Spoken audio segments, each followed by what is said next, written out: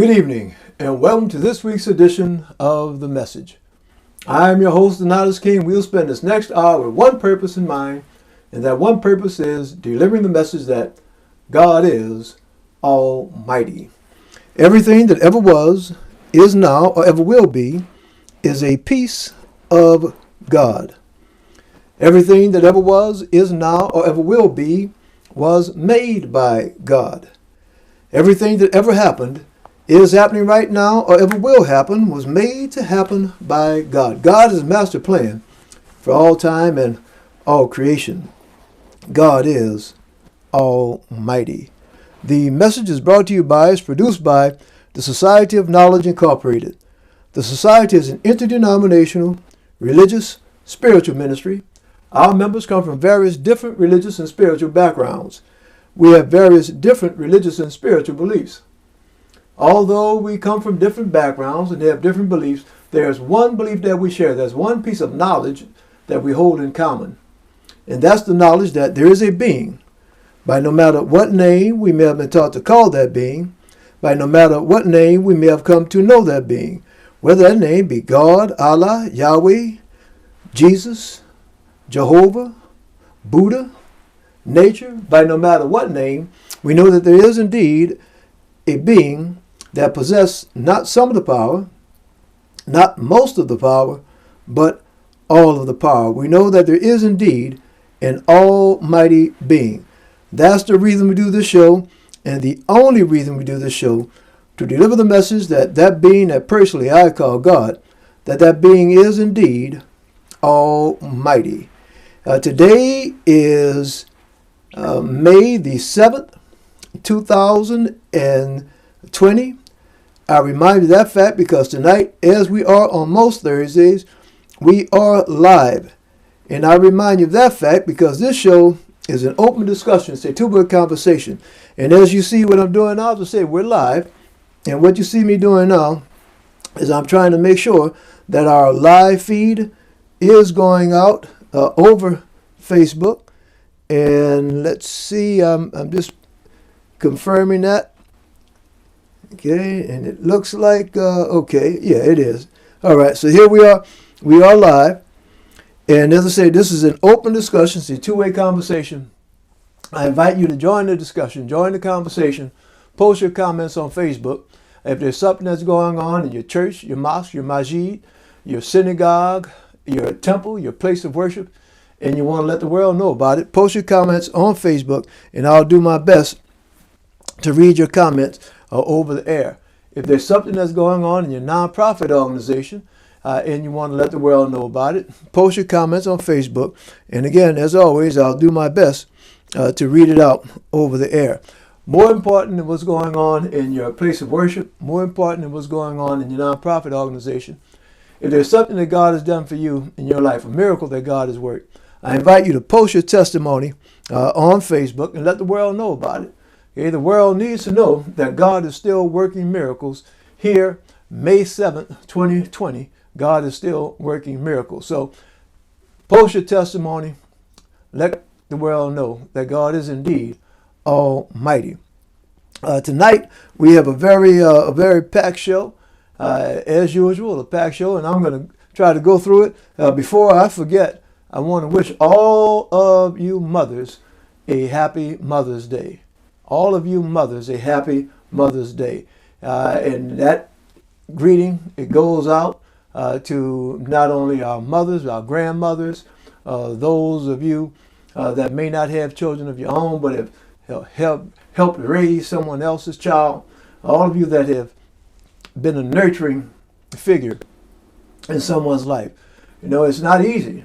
It's not easy at all being a mother. I'm not a mother. But I've observed many mothers over my life, and I know that a lot of times it's an unappreciated or underappreciated position to be in, and sometimes very stressful one. But I know it also has its rewards. That love that you feel coming from that child, coming from that grandchild, coming from that person whom you have nurtured. So just a happy Mother's Day this coming Sunday. I hope that your day is a happy one, a pleasant one, and I hope that you're made to feel just like the queens that you are. So once again, happy Mother's Day, and thank you. Thank you for the position that you fill in our society. All right, let's see if I can we can move on just a little bit. Make just a little bit of adjustment here to things. All right. Let's see. All right, as I said, today is and we're going to deal with a little bit of technology here. All right, let's see if we can get this technology working. Okay. Today is May 7th, 2020, and we're going to go through our announcements.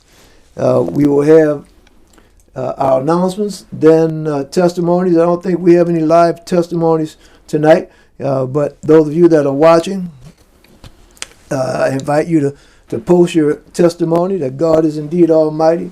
Let the world know about it. After our testimonies, we'll have our religious spiritual study. Prove all things, hold fast that which is good. That's what we're instructed to do, coming out of 1 Book Thessalonians chapter 5, verse 21.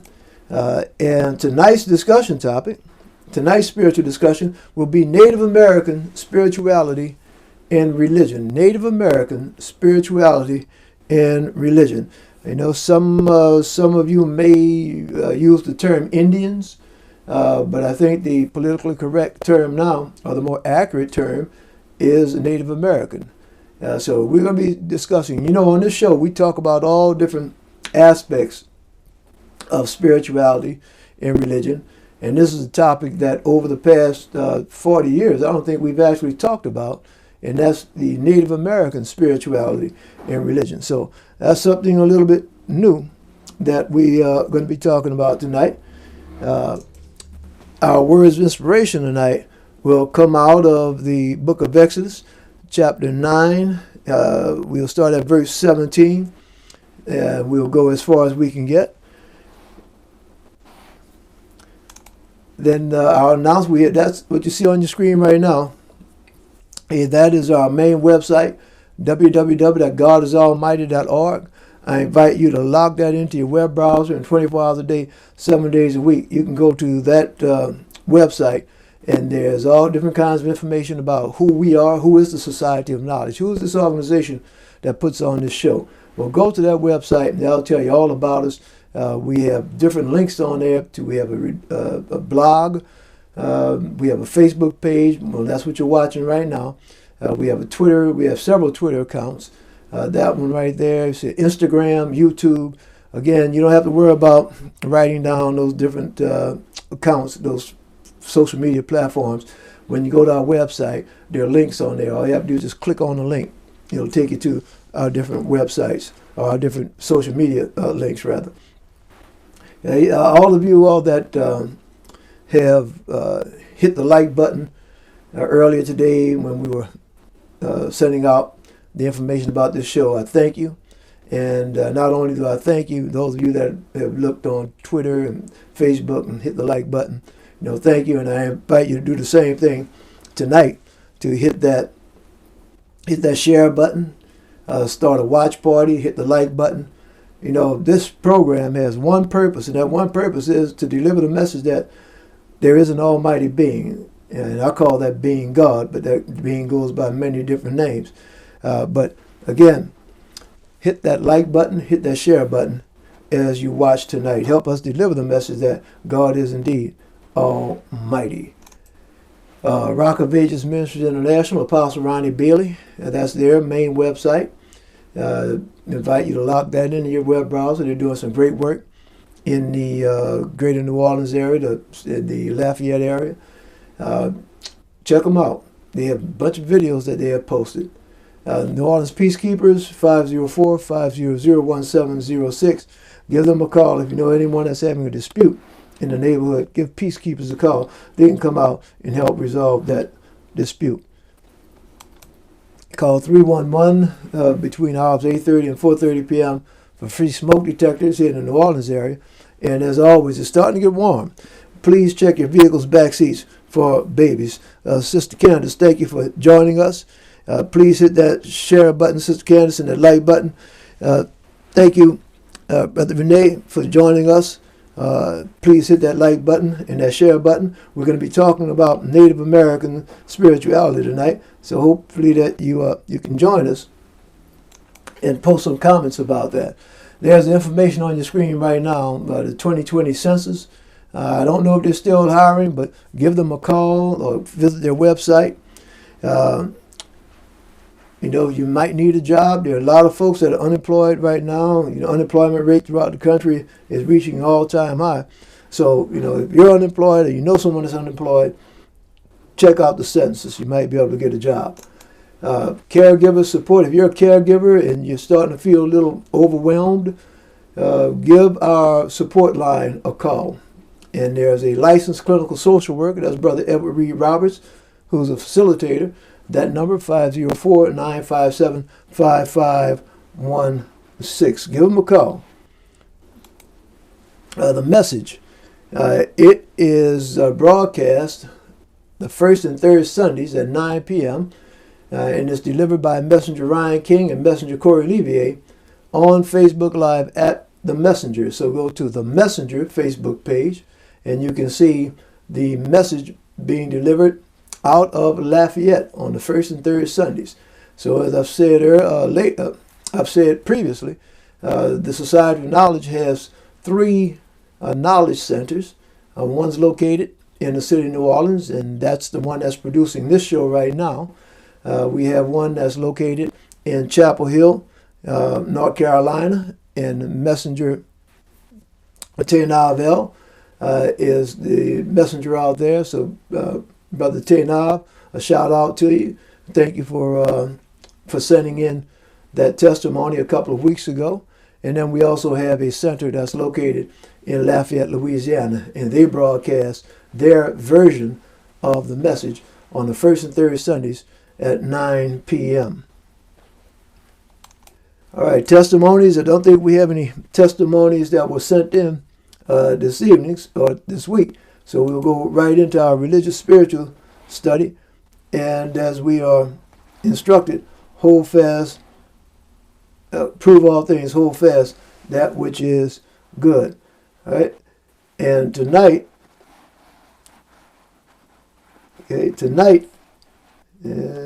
all right, just got a little bit behind right there. All right, tonight, see, this is, this technology again. All right, let's see if we have it now. All right, tonight, discussion will be Native American spirituality and religion. Native American spirituality and religion. All right. Right, and what I'm reading, most of what I'm reading tonight, it comes off of the internet. And as I read, I'll just share the source, let you know what website it came off of. But the photo that you see right now is an Indian tribe, and quite naturally, this is a photo that was taken 100 or 200 years ago. Is not a recent photo, but the traditional Native American ceremonial ways can vary widely and are based on the differing histories and beliefs of individual tribes, clans, and bands. Traditional beliefs are usually passed down in the forms of oral histories, stories, allegories, and principles, and rely on face-to-face teaching in one's family and community. From the 1600s, European Catholic and Protestant denominations sent missionaries to convert the tribes to Christianity. Some of these conversions occurred through government and Christian church cooperative efforts that forcibly removed Native American children from their families into a Christian/state government-operated system of American Indian boarding schools, also known as the residential schools, where Native children were taught European Christian beliefs, the values of mainstream white culture, and the English language. This forcible conversion and suppression of indigenous languages and cultures continued through the 1970s. As part of the United States government's suppression of traditional indigenous religions, most ceremonial ways were banned for over 80 years by a series of United States federal laws that banned traditional sweat lodge and Sundance ceremonies, among others. This government persecution and prosecution continued until 1978 with the passage of the American Indian Religious Freedom Act. And that information that I just finished reading, that comes from Wikipedia. And just go to Wikipedia and type in Native American religion. And now I'm going to stop for a second there, just so I can make a few comments. And the comments that I want to make are that as you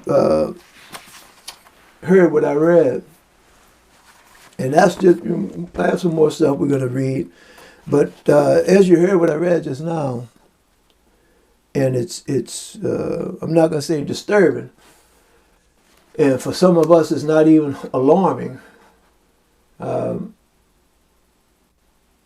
It may come as a surprise to some. And when I say, I'm not going to say disturbing, because it's something that I'm aware of. And as atrocious, not disturbing, as atrocious as it was, there were actually laws in the United States passed to suppress the Native Americans from practicing their religion. And the United States Constitution guarantees freedom of religion.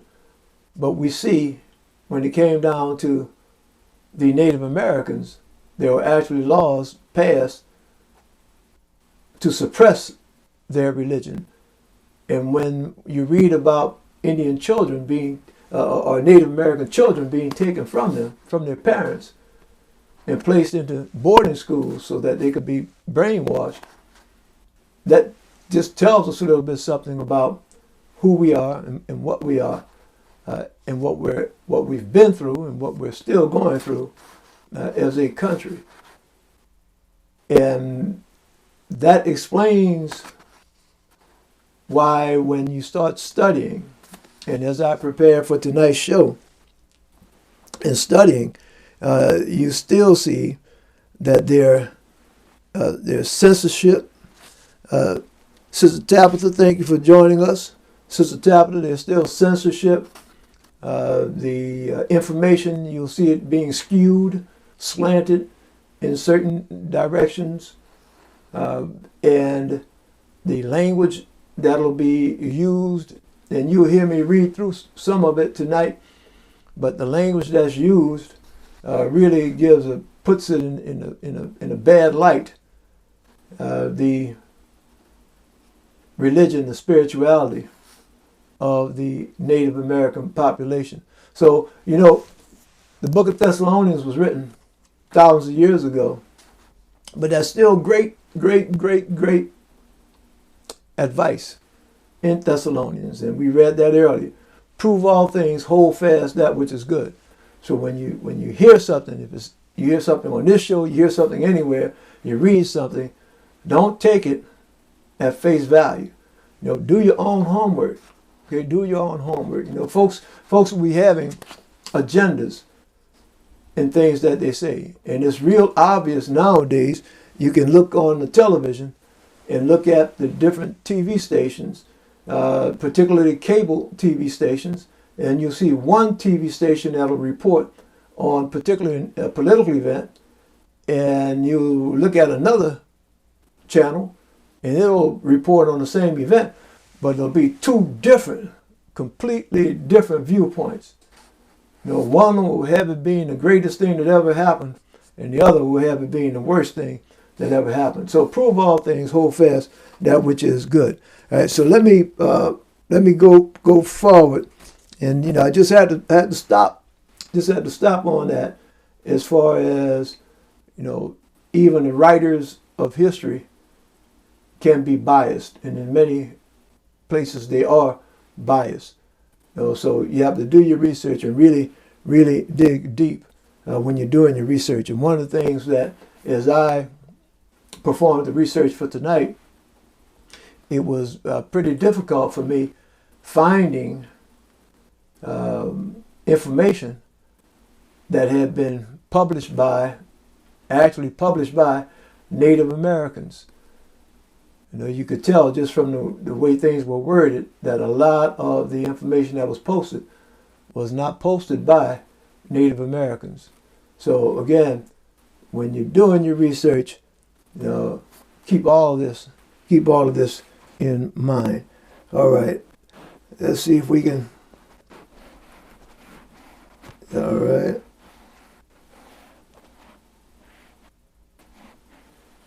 All right, so that all you see on the screen, we talk about the missionaries.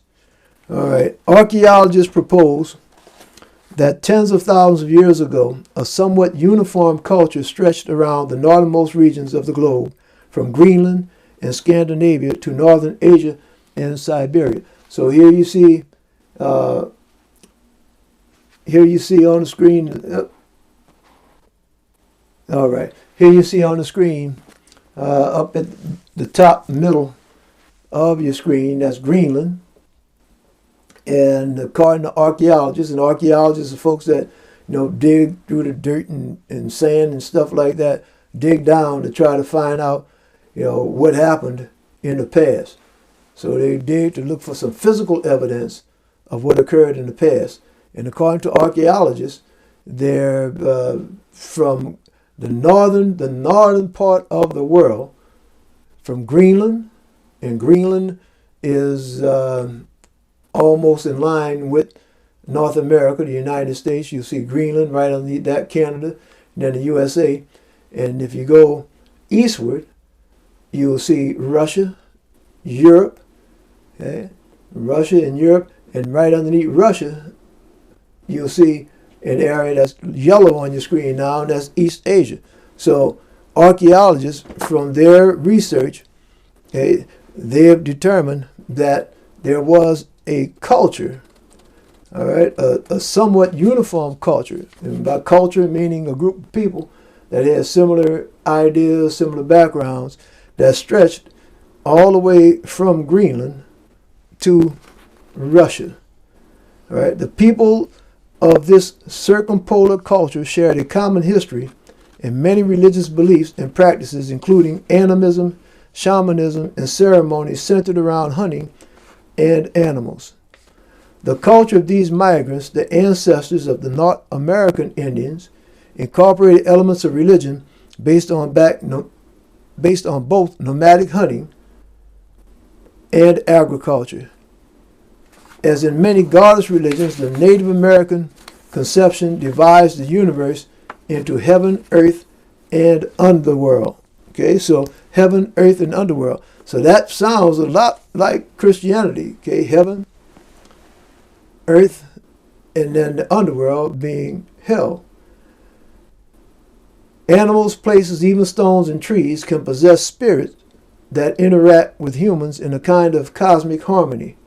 This belief, known as animism, is common to many pre-literate religions, which hold that personal intelligent spirits inhabit almost all natural objects, from stones, plants, and rivers to insects, birds, animals, trees, and mountains.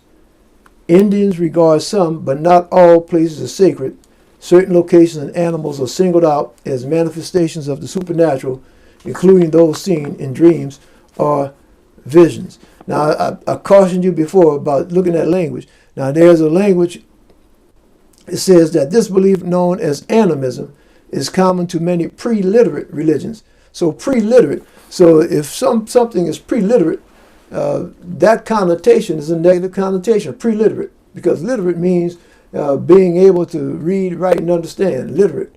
Okay, so if something is pre-literate, that means before people had the ability to read, write, and understand, they had those beliefs. See, so that right there is some shade that's being thrown on animism, being thrown on that belief system. So I said there's some subtle, real subtle biases when you're doing your research, and if you really don't pay attention to it, you'll wind up getting a completely erroneous viewpoint.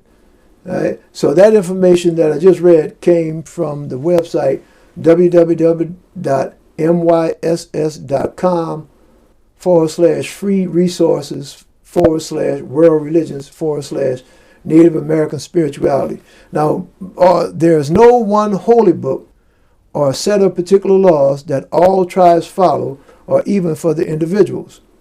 Unlike the most popular faith systems around the globe, Native beliefs were not intrinsically tied to politics of economies either. There are over 500 different tribes in the United States who have their own cultures and spiritualities. All right? So that's something that it's important to note, that there isn't just one particular spirituality amongst Native Americans. Right? Native American spirituality defined, instead of calling their beliefs and practices a set religion, most refer to it as a system of spirituality that permeates every aspect of their lives. All right. Okay. I'm going to skip some stuff here just so that we can move on. All right. What you see on your screen now is what's known as the sun dance. Many Native religions view the sun as a great power in their spiritual world. The sun dance practiced by many cultures is a way to honor the sun. It also allows warriors to experience awe-inspiring spiritual visuals. The ritualistic dance involves erecting a large painted pole at the center of the dance place, fasting for the duration, painting or otherwise decorating their bodies, performing a vigorous circular dance, and occasionally cutting or piercing their own skin with blades and hooks. This last part is only practiced by some of the tribes that perform this ceremony. Okay? And as you heard me earlier, what I read is that this was one of these ceremonies that was outlawed, banned by the United States government. They were not allowed, the Native Americans were not allowed to perform the sun dance, even though it was an integral part of their religion. Now, some folks might say, well, look, when you start talking about folks cutting their skin with blades and hooks and piercing their skin, it should have been banned because that's barbaric. Hey, that's barbaric. Well, just think on something. Okay, if that's your opinion, just think about something. What religious ceremony is there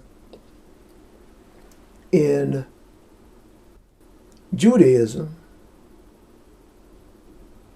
that involves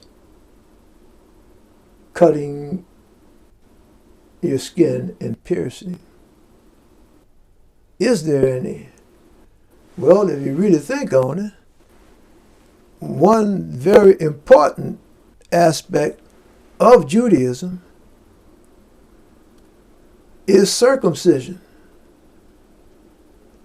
And the male children have to go through that as a part of the Judaic religion. So if we do not call the Jewish people savages and barbaric because they practice circumcision, then how are we going to call the Indians savages and barbaric because they do the sun dance? Okay? See what I talk about? That subtle bias, that subtle prejudice? All right. What you see on your screen now is a depiction of a shaman. Okay, shamanism is the oldest documented spiritual belief system, dating back 40,000 years. It is practiced in every indigenous culture across the planet. It is an open source practice rooted in the presence, gratitude, and the interconnectivity of all things. A shaman refers to a person who makes journeys to other realities or worlds in an altered state of consciousness. Now that might sound kind of far-fetched and ridiculous, an altered state of consciousness. But isn't that what Christianity teaches? Isn't that what the Bible teaches? About praying and getting into a certain state of holiness? Being able to see angels? Going to an altered state? See what I'm talking about? About that hidden bias and prejudice and racism? The journeys are intended to heal, get information, or do other things. In fact, if shamans do not get results, they eventually are not used by their people. Technically, shamanism is not actually a religion. It can coexist with religions. For example, in Siberia, shamanism is conducted with Buddhism and Lamaism, and in Japan with Buddhism. Shamans are normally found in cultures which believe that there are spirits. Well, Christianity believes that there are spirits. Shamans interact with spirits to obtain results like healing. Shamans do not exclude other methods of healing. The shaman's purpose is to make a person well. If this can coordinate with modern medicine or technology, most shamans would have no issue. All right. So we're going to conclude our discussion about Native American spirituality there. And it really just brief. What we did tonight wasn't even scratching the surface. So hopefully it's something that was of some interest to you. And I invite you to do your own research, conduct some more research. Sometimes we can get into our comfort zones as far as our own religions. And because we have a lack of knowledge about others' religions and about the beliefs that others might have, that'll hamper, that'll impede how we get along with others. Sometimes because we really don't know much about another race or another culture, we might have some wrong ideas about them. But when we learn a little bit more about them, we'll see that, well, they're not all that bad of people. We learn a little bit about other religions, other cultures. We find out, well, they have some beliefs that's pretty much the same as ours. As we read about the Native Americans having a belief in spirits, well, Christians, Jews, Muslims believe in spirits. We read about the Native Americans believing that all things are interconnected, all part of one. Well, we find that same belief, just stated in different words, the same belief in Judaism, the same belief in Christianity, the same belief in Islam. So when we open up our minds and open up our eyes, we see more commonalities than differences. And that can help heal some of the tension that we experience here on this earth. And yes, it is time. We do need to have some tension relieved nowadays. So, well, this is a great thing. It's been several weeks since we've actually gotten into our words of inspiration. And tonight we're going to be able to get into those words of inspiration. So let's let me quit talking about it and see if we can get into our words of inspiration now. And our words of inspiration will be coming out of the book of Exodus, chapter 9. Start chapter 9, verse 17. Sister Charlotte, thank you for joining us on Facebook. Hope you hit that like button, hit that share button, put your comment. Okay, Sister Charlotte, we're going to be reading out of the book of Exodus. All right. It's been a while since we've been there, but let's pick it up. As yet exalted thou thyself against my people, that thou wilt not let them go.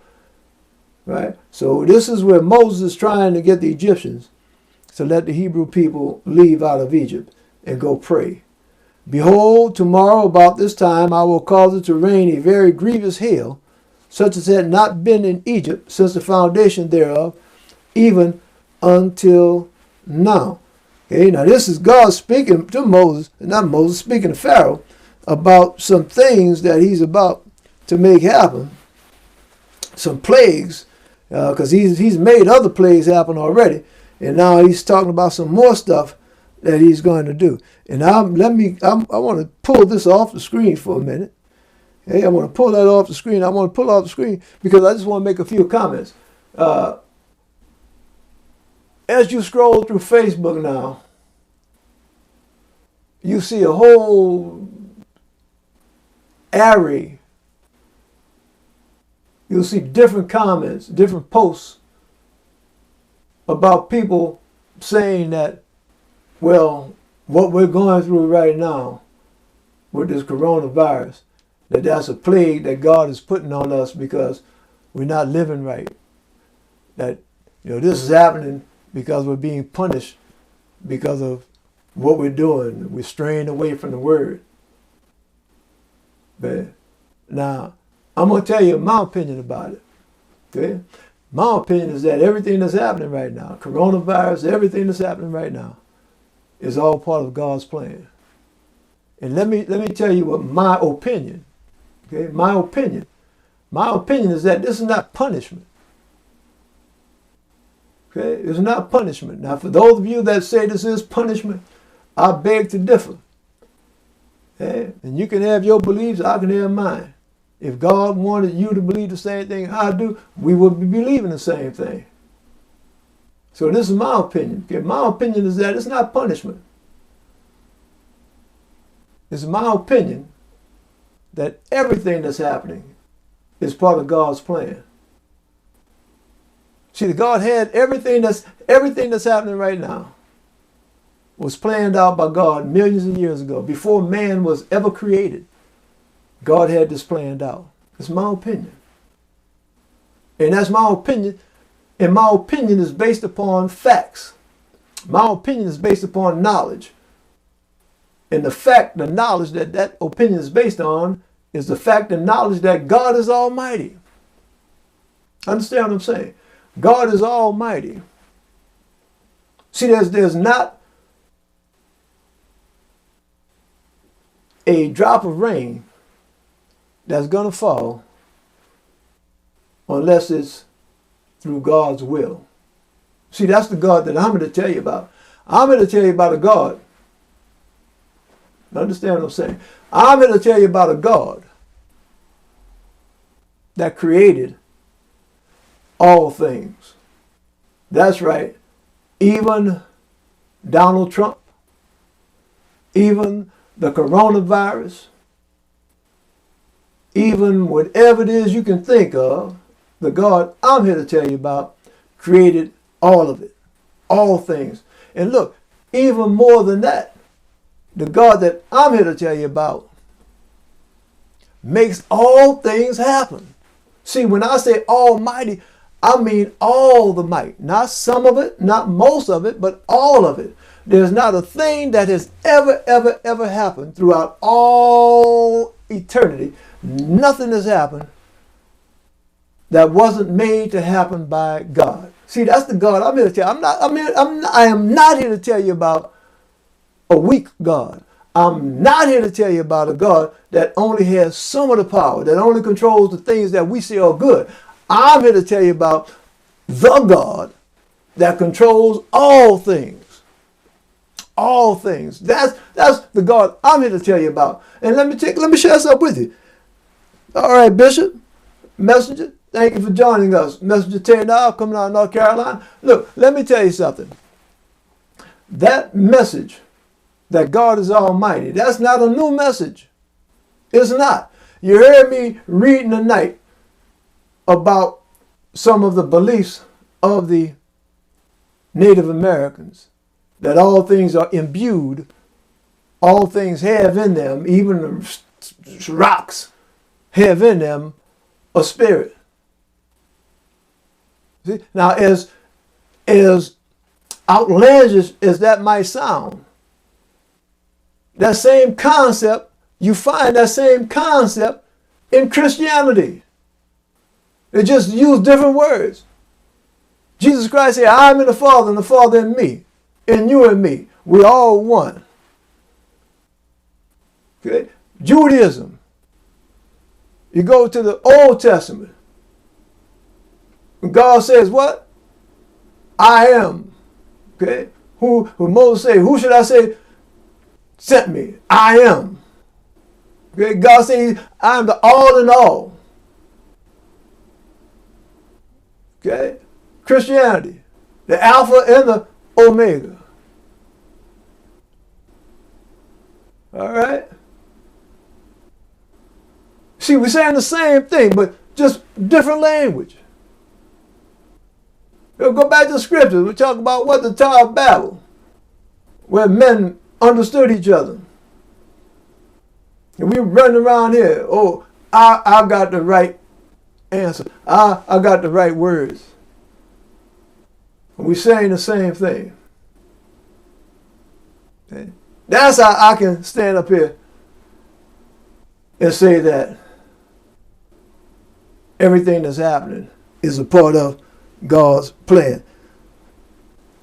All right, Bishop Wendy Me, John 14 and 21. 14 and 21. And I'm gonna stop here, and I invite you, as you see me reading out, these are viewers that are posting comments. And I invite you, encourage you to do the same thing. Post a comment, hit the like button. John, I'm going to read this out because I do have the Bible handy. John 14. All right. My Bible is just getting kind of raggedy there. But John 14 and 21.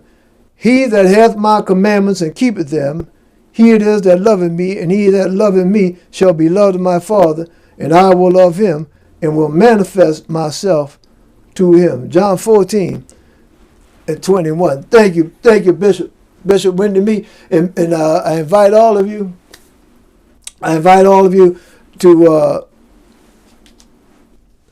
To check out, to visit Bishop Wendy Me at the African American Catholic Congregation, the Imani Temple, and that's Imani Temple, located, I think, on Treasure Street, right off of Elysian Fields Avenue here in the city of New Orleans.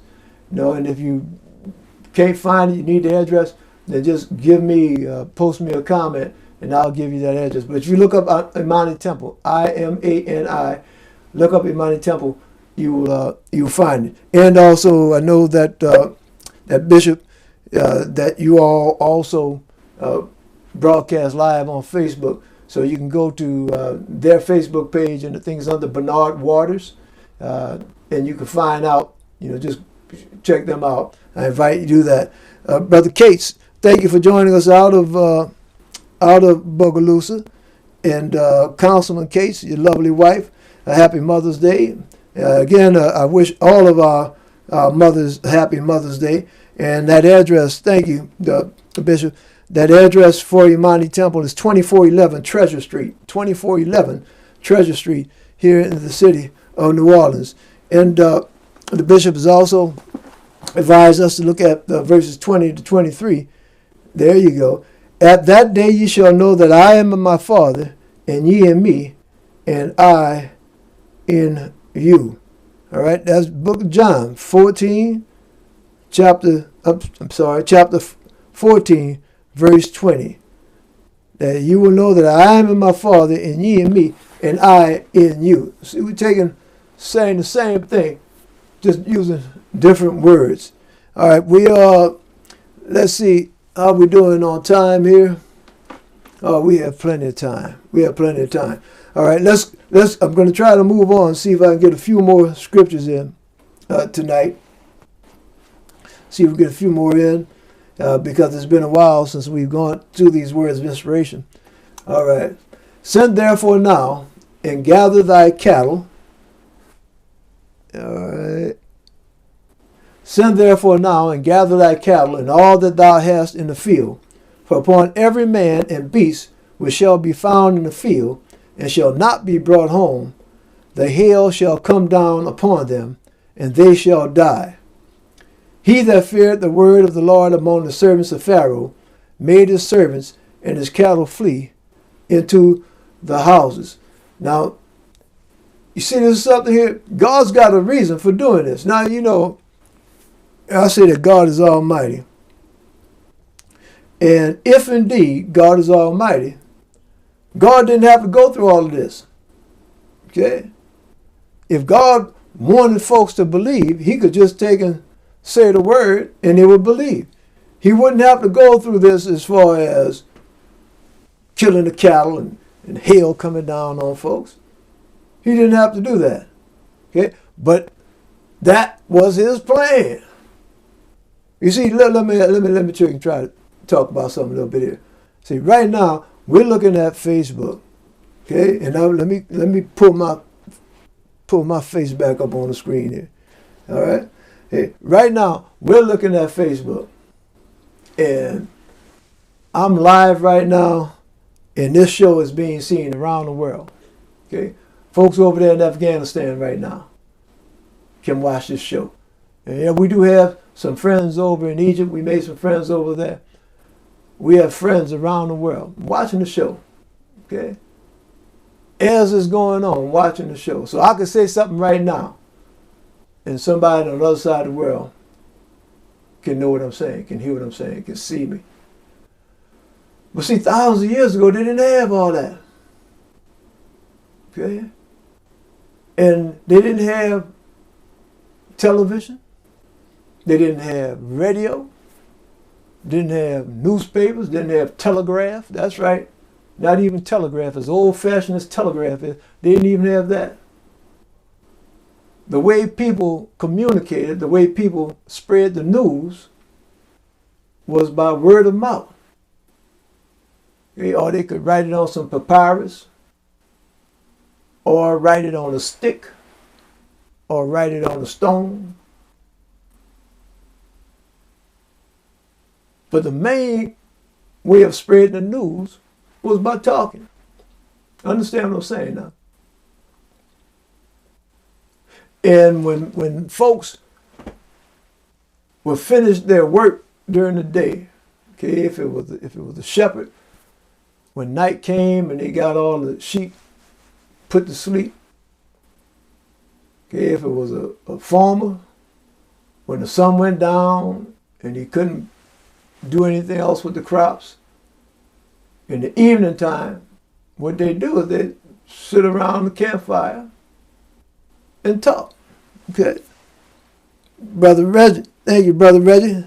I'll be keeping up with you on Facebook. Brother Reggie, they sit down in the evening. See, in the evening, they couldn't pick up their iPhone or their iPad and look at memes. They didn't have none of that. So what they did, they sat down and they talked to each other. And what they would talk about is whatever was the most exciting thing that happened that day. See? If it was something a little ordinary thing, like I drank a cup of water, they wouldn't talk about that. But if it was something that was extraordinary, something that was fantastic, something spectacular, they would talk about it.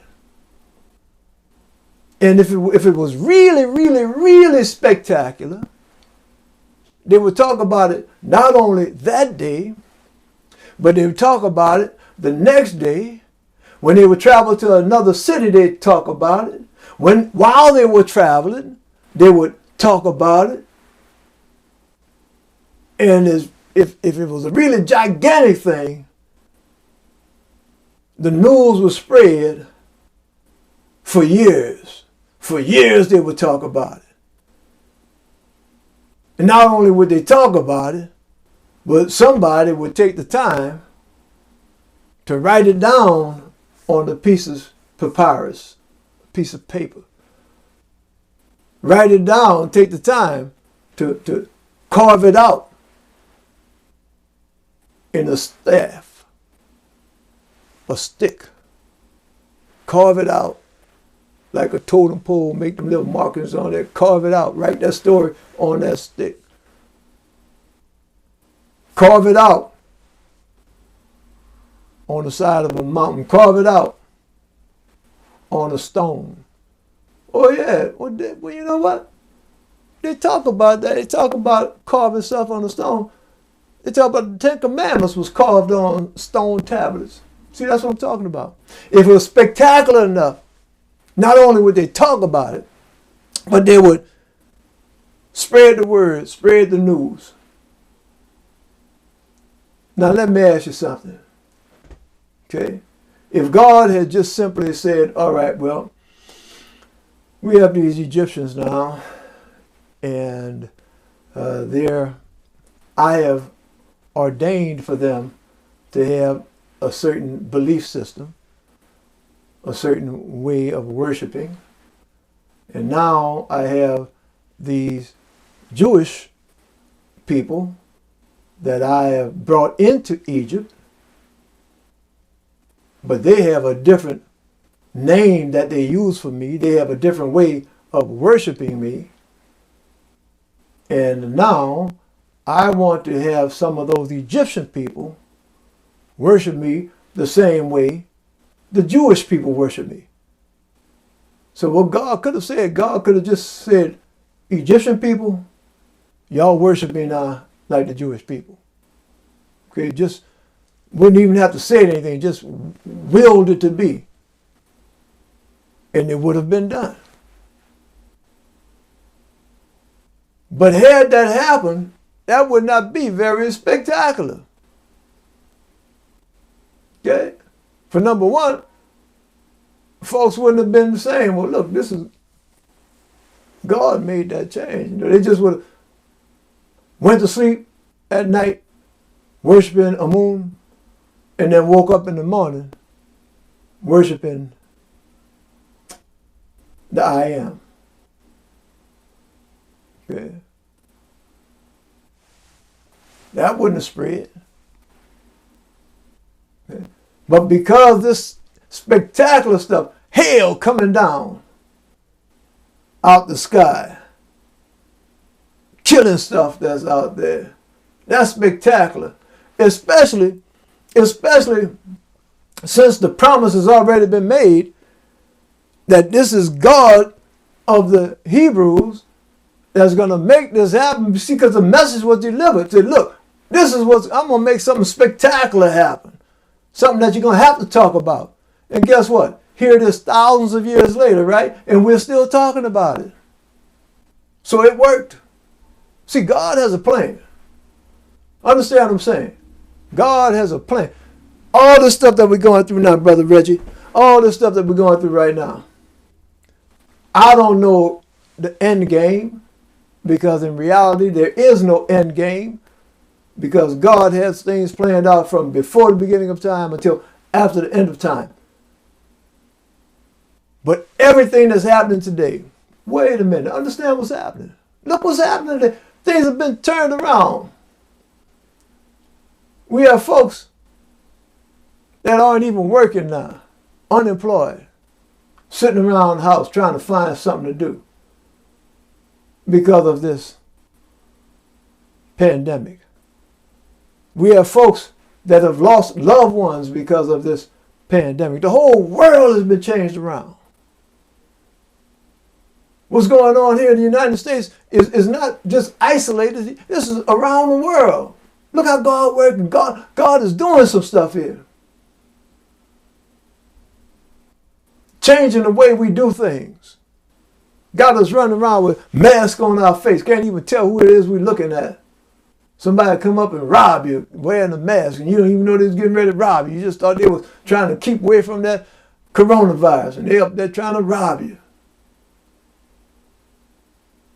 The whole world been turned around. See, there's some spectacular stuff that God has happening. Spectacular. We're going to be talking about this. Hundreds of years from now, they're going to be talking about this. Talking about how things will just turn inside out. God's got a plan for it. There's a reason for it.